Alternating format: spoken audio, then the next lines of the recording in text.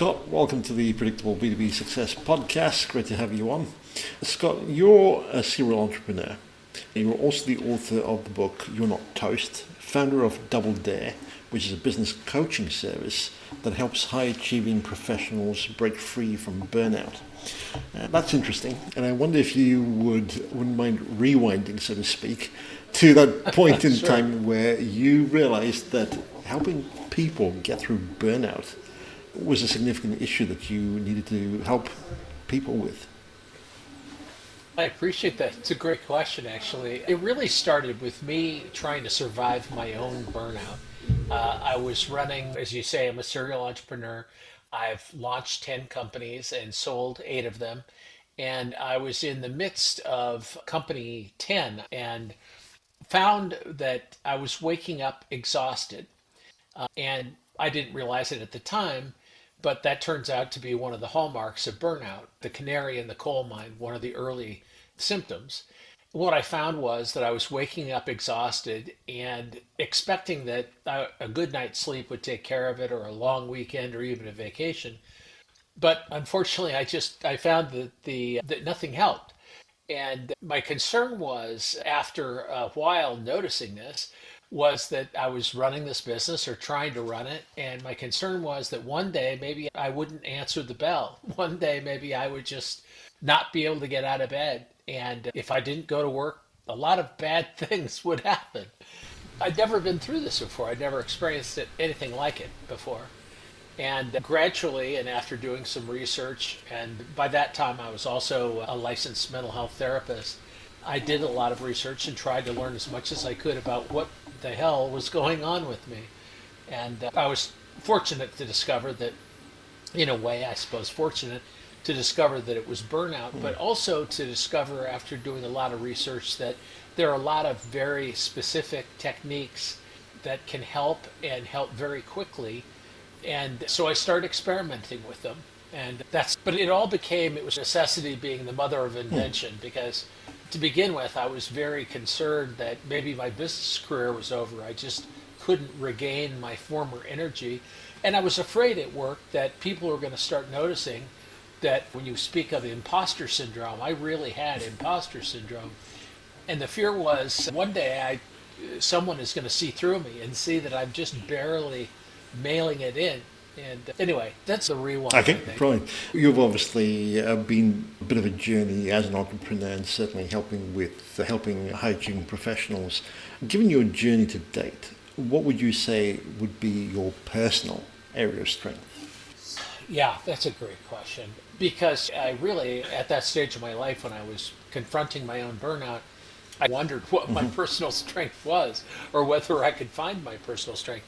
And I think in retrospect, it was perseverance. One of the things I found about burnout is that perseverance is, well, sort of the primary characteristic of people who are high achievers, but it's also a very common attribute of people who experience burnout. And in my particular case, I think perseverance, more than anything else, made it possible to keep searching for solutions, because at first I couldn't find any. And so I would say either stubbornness or perseverance, one of those Certainly. two. And in those areas of strength, what would you say is something that businesses don't know but should? The thing that I didn't know, part of the reason that I got into this whole problem was that I had grown a business, and I know you've run businesses yourself and your listeners have, but getting a business to, let's say, $1 million in revenue is one thing, and getting your business to grow from $1 million to $5 million in revenue is something completely different. And I just assumed that the same sort of effort and, I don't know, skill, talent, luck, whatever it was, that grew a business to $1 million would be more or less the same thing that grew it to $5 million. But I found that there are several ceilings, several plateaus that we hit as we grow our businesses. And part of the reason why I think I was burned out was that I was trying to grow from $1 million to $5 million or $10 million using the same philosophy, the same process. And all I succeeded in doing really was just about killing myself. Yeah, I think the problem with being successful to a certain point is that it really worked. All of the taking everything on yourself, doing all of the jobs, not delegating, because in the beginning there was no one to delegate to. All of that works until it doesn't work. And it's hard to see why isn't this still working? Why isn't my magic wand producing the same results? But of course it can't. That's the difference between scaling a business and creating a real business versus trying to bootstrap a business one day after the other ad infinitum. So from that, my takeaway, at least one of my takeaways, would be that perhaps most of the things that cause burnout are also causes of success. And that is a bit of a paradox, at least for most of us listening. It is. Can you explain that and how specifically it impacts a company's ability to scale revenue? Absolutely. When most people start in business, by definition, we are young and inexperienced and we don't know very much. And I found, the way a lot of overachievers find, or high performance people find, ambitious people find, is that by working harder and not saying no versus my colleagues, I found that my career moved faster. And I achieved results and received rewards and recognition at a disproportionate rate, simply by being willing to work harder and never saying no to whatever the responsibility was that was thrown at me. And that kind of work ethic was compensating for the fact that I was young and didn't know very much. My experience bucket was relatively empty, but my energy bucket was relatively full. And there's nothing wrong with that in some ways, of working harder than other people and not saying no to anything really, any kind of challenge or opportunity, except that ultimately it really doesn't scale. It's a superpower that ultimately turns to kryptonite for a lot of people. Sheer effort by itself, it's an admirable quality, and being willing to take on responsibility other people won't take on is an admirable quality for a while. But what I found that I had to do myself, and most of my clients have to do, not only to not fall prey to burnout, but to grow a business that is sustainable and ultimately one that someone else would want to buy, is that we have to outgrow those early days of our business. It's just hard to believe that the superpowers have stopped working. We really cannot grow our businesses to a sustainable, systematic, repeatable kind of a status if we continue to run them as we did when we were entrepreneurs, wore all of the hats, performed all of the tasks, and were willing to pull all-nighters and all the rest of it. Yes, it's really true that perseverance is a wonderful thing, but it can also result in burnout. But it can also result in a business that is capped, that cannot outgrow a certain level simply because there is no scale. It can't grow. Okay, I think there's a lot in there that we could unpack. One of the things that, if I'm not mistaken, and that I understand, is that as you reach a certain level of success and want to level up, that desire to do so could also be warning signals of a burnout. You've talked about not being able to sleep very well, waking up tired. Putting in long hours could be another, but are there other warning signs that most leaders miss? And I'm asking this question for those listening in because it's almost like a correlation between the need to look at different systems and ways of operating, but really the signals are more internal than necessarily in the P&L statements and things of that nature. That's right. One of the telltale signs from a P&L standpoint is that revenue stops growing when we try to do too much ourselves. Yeah, a couple of the warning signs and actually clinical symptoms of workplace burnout is that in addition to the exhaustion that never seems to go away, there is a feeling of kind of cynicism, or almost feeling like a victim, that no one understands how hard I'm working. No one understands how much stress I'm under, and there is a tendency to pull away from and isolate yourself from colleagues, from coworkers, from let's say, your leadership team. And there's also a tendency to ascribe your own stress and exhaustion to the fact that other people don't understand you, don't appreciate you, or aren't willing to make the same sacrifices that you're willing to make. Now, all of this happens very subtly, it happens very gradually, and it's one of those things that most of our clients don't even notice that it's happening until after they actually are in burnout. We offer, and we'd offer to your listeners as well, a free online burnout assessment. And it's interesting to see what the actual clinical criteria are. But one of the things, in addition to feeling like a victim, is the idea that no one really understands or appreciates the effort that you're putting in or the stress that you're willing to withstand. And there's often as I say, a bitterness that comes with that. There's also this feeling that I personally am responsible for everything.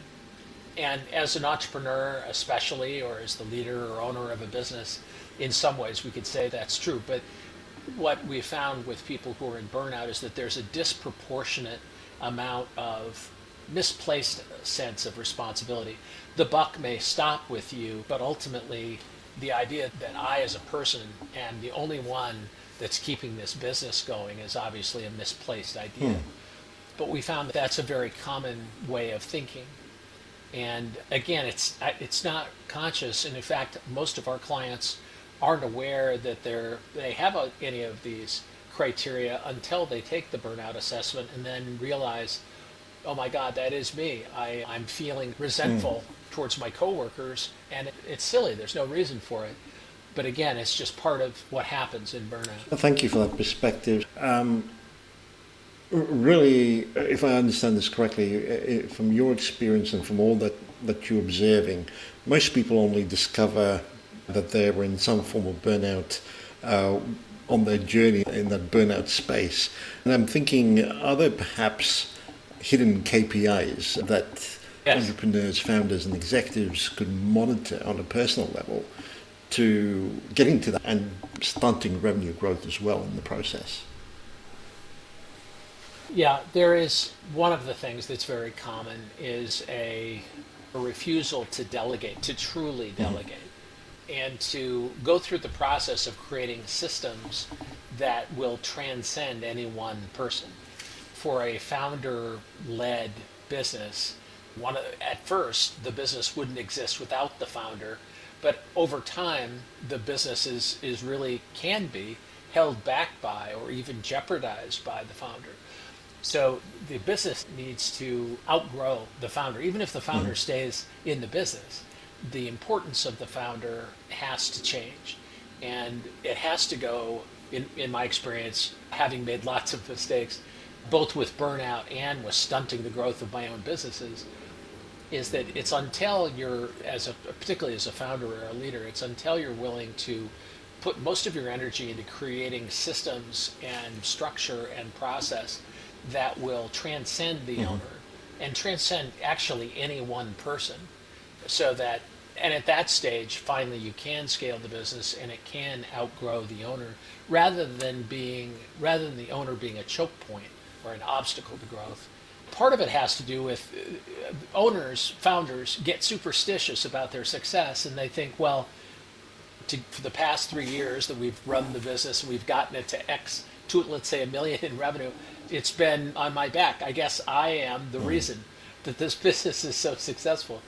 And it may be disproportionate to the founder, but 9 times out of 10, there's lots of other factors involved. But what I've found is that a lot of founders and entrepreneurs have almost a superstitious connection they make a superstitious connection between their involvement, their fingerprints on everything, and the success of the business.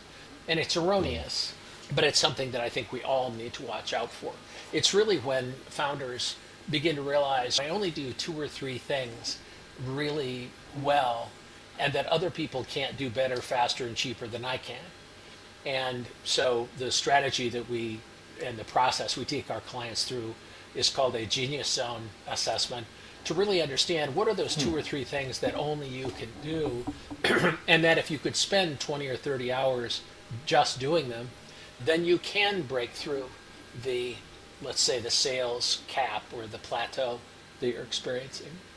But again, there tends to be almost a superstitious connection to, if I don't have my fingerprints on everything, then the business will fall apart. So this is really, if I'm understanding this correctly, not just a mind shift, but also a bit of a heart shift, in that the business is not all about you, so to speak, in a manner of speaking, but who you can take along with you on the journey to accomplish the mission that your business was created for, which would also entail quite a large amount of humility required in this approach. Bingo. Okay. Yes, exactly. You took the words right out of my mouth. It's difficult for very strong ego entrepreneurs, and I would count myself as one of them, to see that, first of all, I'm not all that, and in fact, there are lots of other factors, including a lot of wonderful people, both employees and customers and whatnot. But also that if this is going to succeed beyond this sort of preliminary growth period, it will have to be because of me becoming a smaller and smaller part of it. And this is the challenge for a lot of strong egos who, you need a strong ego, or maybe it's a form of insanity to think that you can start a business in the first place. But again, it's only useful for a while. I work with a lot of private equity companies, for example, and one of the things that we found is that when we bring in a CEO to run a private equity company after they've been bought, there's typically an 18-month turnaround period where we have to take some radical action to turn the business around. And these turnaround experts are incredibly valuable for 18 months. But if they stay for 18 months in one day, they become a liability, because if it isn't broken, they're not happy. If there's nothing to fix, they will start breaking things. And it's very similar with the ego of an entrepreneur, I think. Brilliant. Two other ideas or words come to mind, and I'd love to get your perspective on it. One being stewardship, and the other being a follower.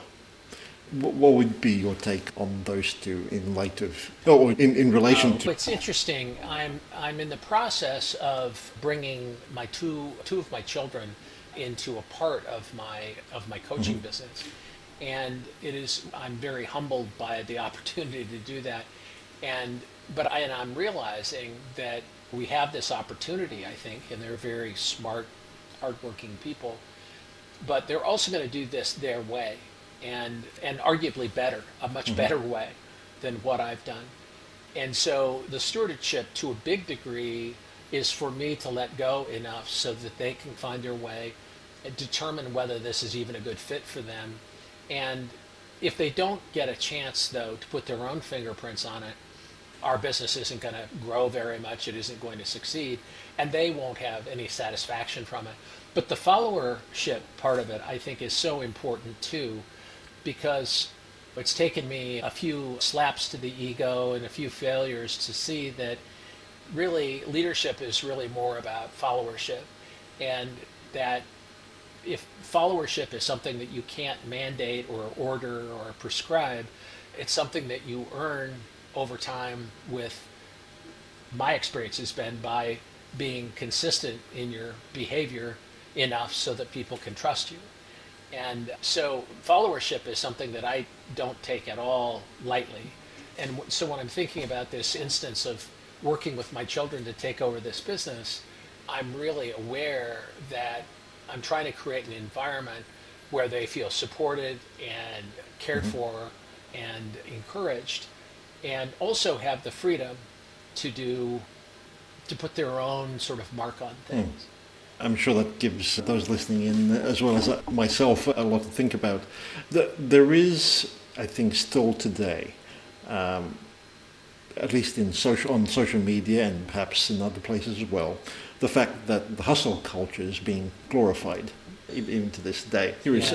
Speaking to those listening in or watching, how would you say that leaders can reframe their thinking to see burnout prevention as a revenue growth strategy rather than a luxury? Oh, exactly. What a great question. And yeah, the problem with hustle culture is that it is glorified, but it's not meant, the period of bootstrapping and hustling are is a phase in business evolution. It isn't a permanent role for anyone, or at least it shouldn't be. This is why, as I mentioned, in turnaround situations, when there's a turnaround expert that's in a role to turn a business around, 18 months is about their life expectancy. And similarly, in a hustle scenario, there's a time in every business where hustle is absolutely essential, but it can't be a way of life forever if what we want to build is a business that lasts and a business that you can steward going forward. Sometimes I think, particularly with young people, think of hustle as being a way of leadership and a way of managing business, but you never evolve beyond it. It's just a permanent state. And that's not been my experience. If you want to grow a business that ultimately that someone wants to buy, then we have to outgrow this hustle culture. I used to have my business partner and I used to have a running joke. There were armbands that would say, or wristbands that would say, "What would Jesus do?" And the one that we had in mind was, "Who would buy this mess right now?" And we always thought that was a very good standard to apply to our business, because if a potential buyer of our business saw us constantly in hustle culture, burning out, waking up exhausted, or having a work-life balance where there's absolutely no balance, no one in their right mind would want to buy that business. And so that's, I think, a very good test. Businesses that are saleable are businesses that outgrow hustle culture. And they are, as Jim Collins would say, they're hedgehog businesses that withstand the ups and downs and vagaries of economies and continue to generate exceptional results. But hustle is good when it's necessary, but for it to be a constant state of mind is, I think, really a recipe not only for business failure ultimately, but also personal failure. I've had so many of my clients tell me that they feel as though their lives have boiled down to, I can succeed at business, I can succeed at work, or I can succeed at home, but I have to pick one. I can't have both. And there are certainly moments where both are stressed and both are challenged, but ultimately we get to decide what we want our lives to look like. And this hustle state as being a permanent way of going, I think is just, it's a mistake, but I think it's a misunderstanding of what actually happened. I think when we were speaking last, you made reference to Warren Buffett's perspective that the difference between rich people and very rich people is that very rich people say no more often. So I'm curious, Yes, exactly. what specific things should leaders start saying no to if they want to break through revenue plateaus? Well, so much of it goes to humility, again, is to understand that I realize that I do a couple of things pretty well, two, really, that other people maybe can't do better, faster, and cheaper than I can. And if I spend time, if I can, and I call this genius zone, but if I can stay, that's probably a bit of an overstatement in my case, but it's an area where I do my best. And the problem that most of my clients face is that they're spending, let's say, 60 hours a week, and of that, they spend maybe an hour in their genius zone doing the very thing that will move the needle for the growth of their business, for their employees, for their customers, creating the vision for their business. And they spend the rest of their time basically with their hair on fire. My experience has been, and this is back to Buffett's admonition that very rich people say no more often, is to really have the humility to understand that there are a couple of things that any of us can do particularly well, and that if we can spend 5 or 10 hours or 20 hours a week doing those things, then we can have a exponential impact on our businesses. But that's really the only way it can happen. I'm coaching an advertising agency because I came from that industry. I've coached a lot of advertising agencies, and I was coaching one of the owners, and one of his strengths is the ability to develop new business relationships. He is very good, exceptionally good. and his close rate is very high and he enjoys it. And so I said, so how many hours a week do you spend doing this? They said, on a good week, half an hour. I said, you can see the problem. If we continue in this trajectory, or if we continue to allocate your time this way, you may be able to keep the wheels on the bus or whatever, but you're never going to be able to grow. We've got to figure out a way to somehow shed or automate or delegate a lot of what you do, at least 10 or 20 hours a week, so that you can spend time in your genius zone. Then you'll be able to grow your business. And also, paradoxically, you'll be able to create a business that is sustainable because you'll have to create systems, you'll have to train, recruit, hire, etc., people who can do these jobs much better and much more efficiently than he can. But it's funny, I ask my clients to do a time audit and ask them, so how much time do you spend a week in the thing that you really love the most and that would move your business farther and farthest and fastest? And the answer almost inevitably is less than an hour a week. Wow. I'm curious, your approach to burnout prevention, does it differ with, say, a person who's scaling from, say, 1 million to 5 million, as opposed to someone who's going from, say, 20 million to 50? Yes, the principles are basically the same. The idea, one of the most important, and it's the first step that we suggest for our clients, whether their goal is to prevent burnout or recover from it, is to find a way to release stress. And at least in the US, we have this mythology that we should work 50 hours, or I'm sorry, work 50 weeks and then relax for 2, and that ought to take care of all of our stress. And I can see why employers want employees to think that, but it's not true. It's not how we release stress, and it's not how we recover from stress. The fact is, and the science is clear about this, is that the ideal scenario is to recover from stress in real time as we're experiencing it.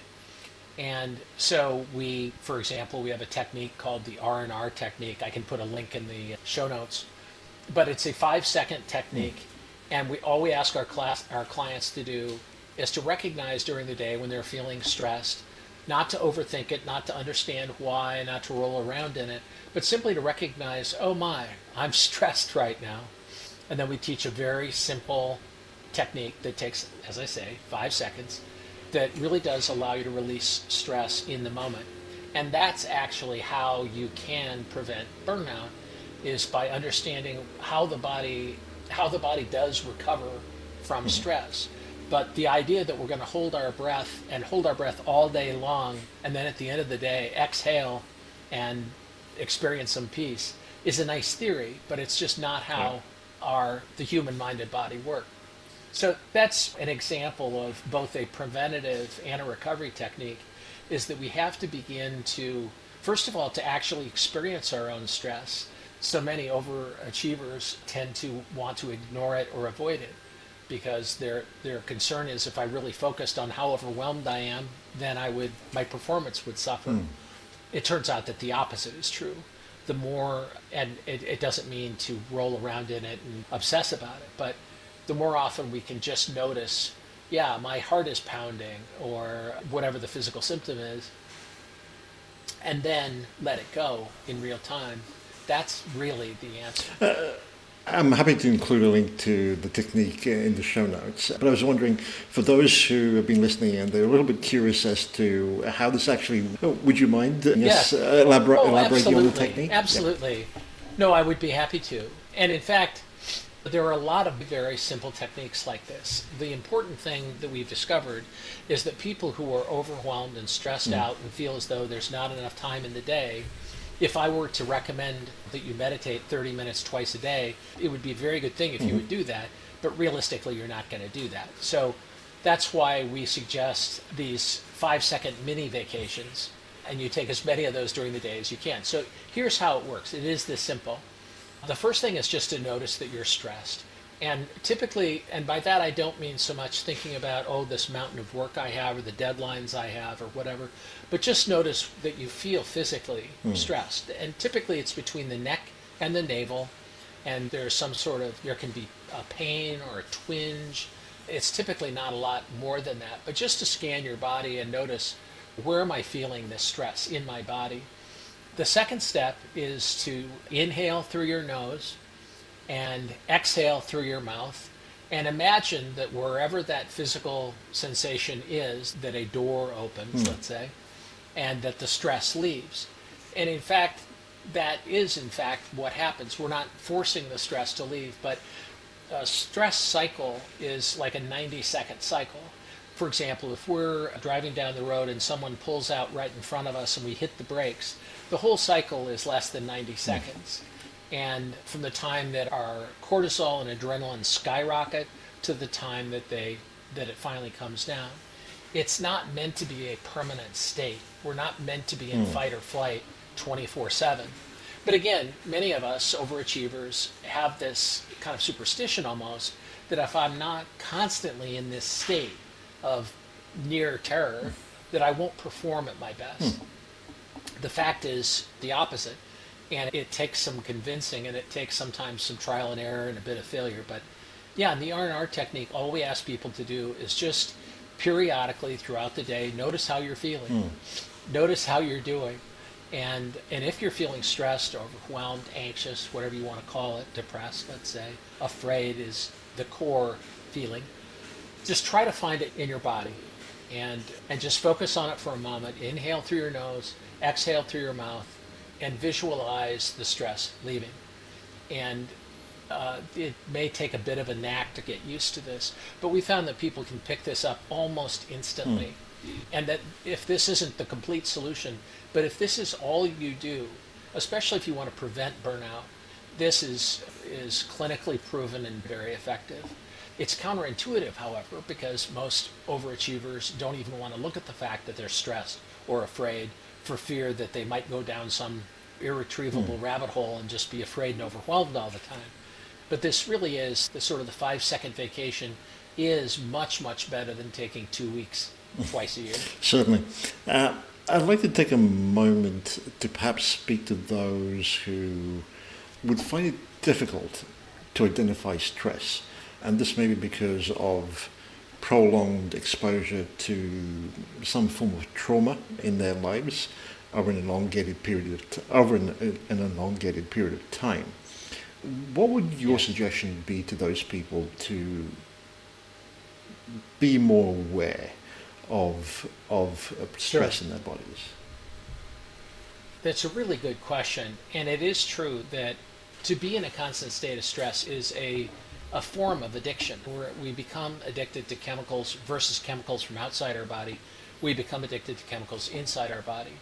And when we're in a kind of a constant state of fight or flight, we can feel safer, paradoxically, because we feel as though we are on the razor's edge and we are capable of addressing whatever threat might come. Yep. And there is a physical addiction to that, and there is also a physical habituation to it, in the same way that ultimately a heroin addict would be habituated to heroin. And it would stop producing euphoria. The only noticeable symptom would be feeling sick if you don't take heroin on a regular basis. So you raise a very good point. There are a lot of reasons why. I mean, it basically comes down to fear, and a lot of people are afraid that if they don't get at and stay at a state of fight or flight, that they could be at risk. One of the first things, and this is in a way where the exhaustion is actually a mercy. If you feel, for example, if you feel the exhaustion in the morning, or if you feel exhausted throughout the day, that kind of thing is a good sign of stress. Similarly, pain. Our bodies are trying to alert us in the best ways they possibly can. And they've tried everything else, but we've ignored the warning signals. But so for a lot of people, it takes the form of pain, physical pain. A lot of people have back pain, neck pain, joint pain, etc. And that's another way of noticing this. The good thing is that you don't have to understand where's the stress coming from. It's not about psychoanalysis at all. It's really much more basic and simple than that. For example, if you could just notice that you were tired or notice that you were in pain and just be with that pain, by be with it, notice it without trying to fix it and without trying to avoid it, but just to be with it, to be on point with it, and then allow yourself to inhale, exhale, and to the best of your ability, release it. Our clients have found that they develop a knack very quickly, and it begins to loosen things up. And within a very short amount of time, they're able to feel some relief and some hope again. Right. Now, you've developed, I believe you call it the burnout breakthrough method. And I'm Yes, curious, yes. how does your method specifically address the cognitive capacity needed, especially for leaders as they grapple with strategic revenue growth decisions? How do you mean? I'm not sure. I was just wondering if, on a day-to-day basis, as they grapple with these decisions, which are not only financial but affect teams and the people across their teams as well, I was wondering if it does help with addressing Good. I cognitive see. capacity. Oh, absolutely. Absolutely. Yeah. It tends to loosen people up so that they can be more creative. That's one of the things that we notice. Again, this feels counterintuitive, at least in America. I don't know, and it goes to this hustle culture. The idea is that you should be guzzling energy drinks 24/7 and not sleeping, and that's the mark, that's the red badge of courage of someone who's a real believer and a real hustler. And it's unfortunate because unfortunately when you're in that state, your thinking is not clear, is not creative, and often is really addled. But the illusion is that I've got a million ideas or whatever. But if we're going to lead other people, a spew of ideas is not going to win their followership. Ultimately, we're going to have to be able to think beyond tactics, and also I would say even beyond strategy, and think about how are we as a group of people going to come together and achieve this. Strategy is wonderful, tactics are wonderful, innovation is wonderful, creativity is wonderful, but at the end of the day, we have to figure out a way for us to come together as a group and actually enact these things. And I think it requires a kind of a peacefulness that, because sometimes people feel as though if I give up this constant state of arousal or of, what's the word in post-traumatic stress disorder, be hypervigilance. And that if I'm not in this hypervigilant state, I'm not safe. And I actually do a lot of work in PTSD, and there are some parallels. And the illusion is if I'm not in this hypervigilant state, if I'm not in this hustle state, that I won't perform at my best, and I might also be at risk somehow in my career. And this is a very primal instinct. It's very much a survival of the fittest, killer or eat or be eaten impulse. And it sometimes takes the pain of going through actual burnout and of being completely exhausted and of having the humbling experience of realizing, wow, I can't go on this way, that we're only then sometimes willing to consider that there might be a different way of doing this. And my experience is that this different way actually produces much better results than one that's almost entirely based on stress. Our minds are very complex, and the amygdala is the fight or flight zone, and it's good as far as it goes, but we have a lot more brains to use than simply fight or flight. And I think that's it. The good, it can be the enemy of the best. And this hyper-arousal, hyper-vigilant state is mistaken, at least in American culture, and maybe elsewhere, as the ideal, when in fact it's a far cry from the best. Certainly. For, say, a CEO or a founder who now sees the light, so to speak, is perhaps conscious of the fact that given the state that they were in, this burnout state that they were in, has been going on for quite a while, there is perhaps a chance that a senior leadership team is also in a similar sort of state. Yes.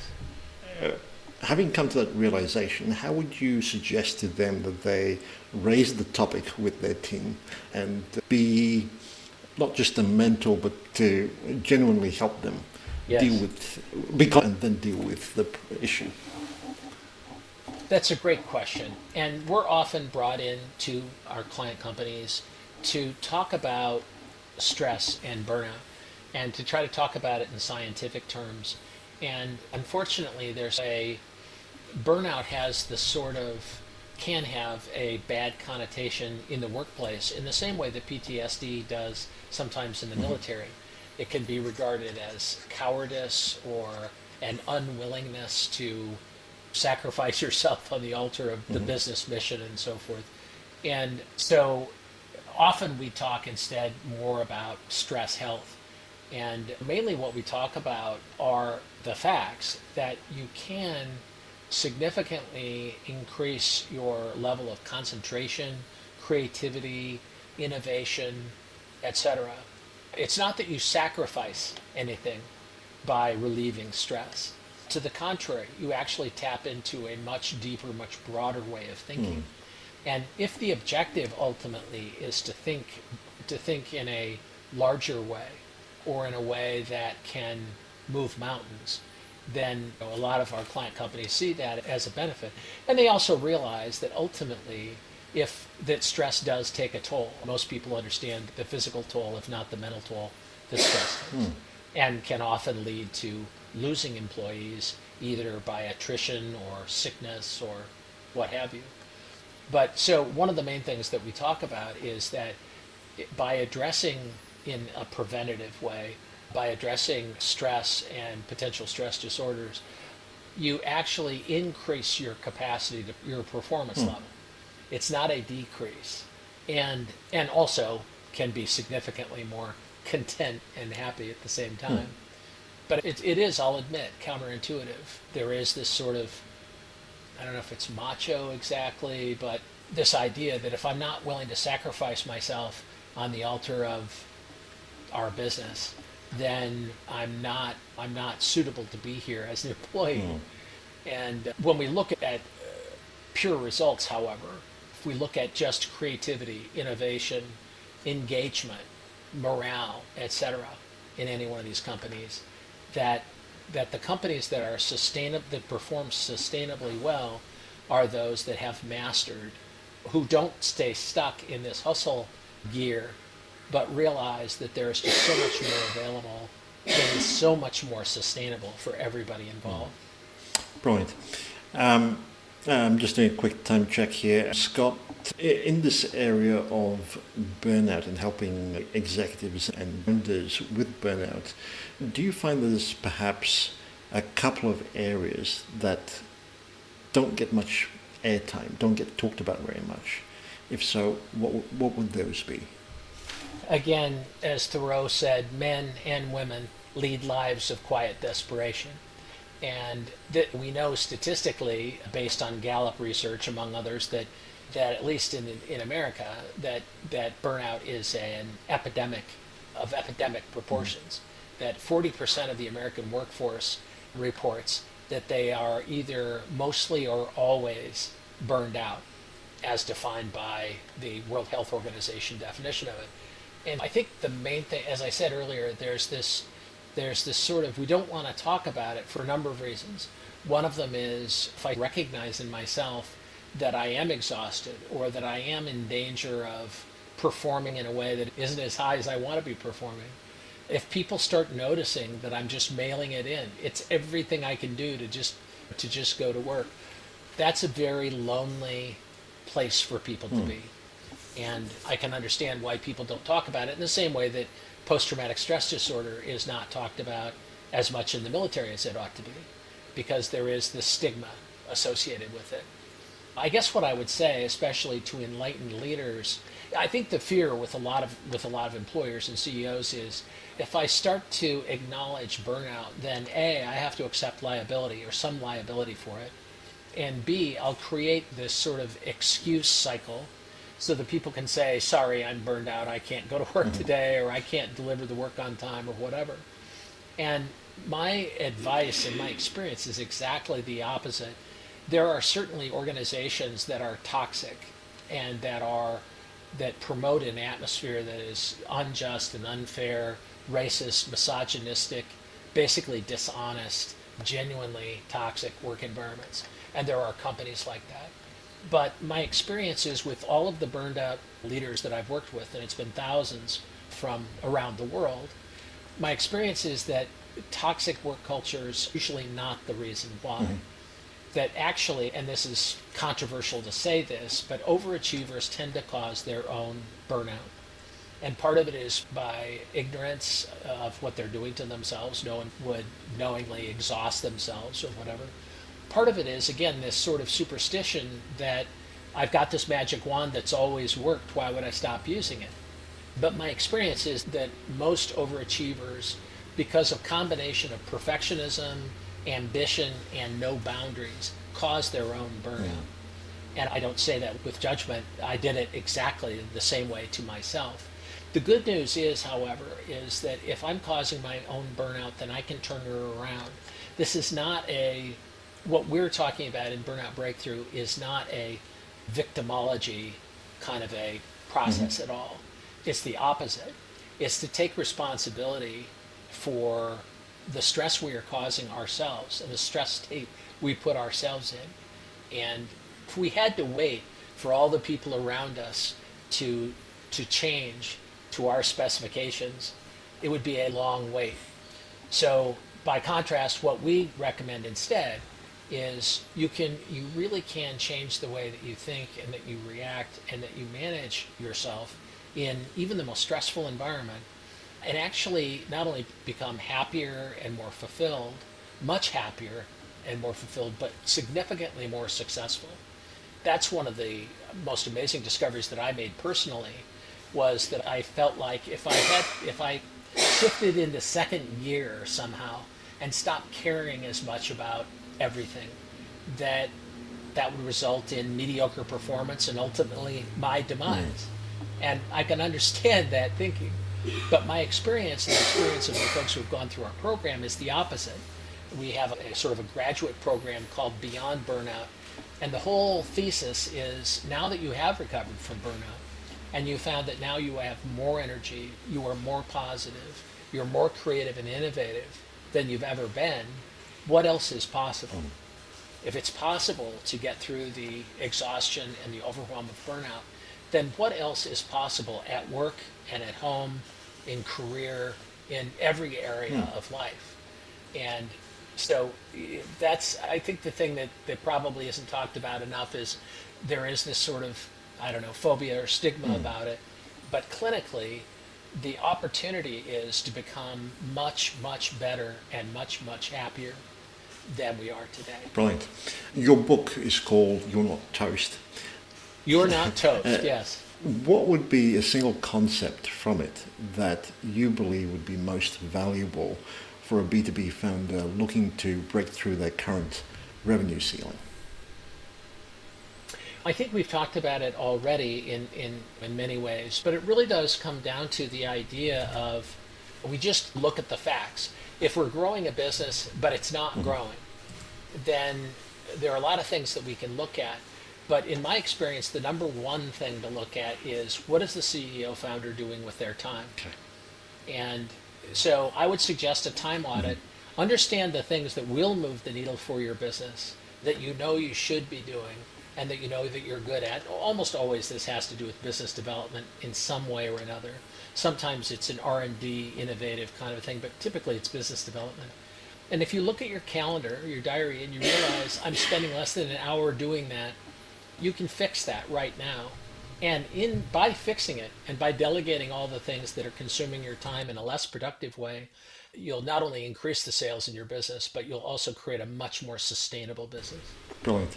Your book will be available on Amazon, I'm taking it, and other major book retailer? Yes, it will be. If you go to burnoutbreakthrough.com, you can get access to the book as well as all the rest of our programming.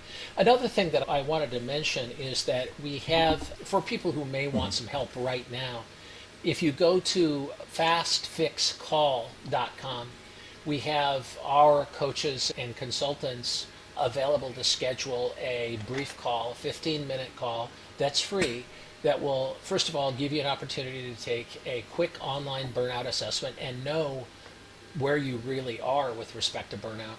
But it's on this call, we'll also share with you a number of the techniques, including the R&R technique, that you can start using right now today to feel better. This call doesn't cost anything. We're not trying to sell you anything. But if you go to fastfixcall.com, you'll get access to a lot of resources that can help a lot right now. Okay. Is there anywhere else that you would recommend those watching or listening to head to if they wanted to find out more or connect with you? The best place to go is burnoutbreakthrough.com or fastfixcall.com. And I'll share some things in the show notes, like a recorded version of the instruction on how to do the R&R technique. Okay, not a problem. LinkedIn is your preferred social media profile? Or that would be great. Yeah. Yes. Scott Anderson at my coaching and consulting business is called Double Dare. I think I'm listed both in terms of Burnout Breakthrough and Double Dare coaching and consulting. Brilliant. We'll include links to that in the show notes. Scott, thanks so much for doing this. It's been brilliant. Oh, it's my pleasure. You asked some wonderful questions. And I hope this is helpful to your audience. Certainly.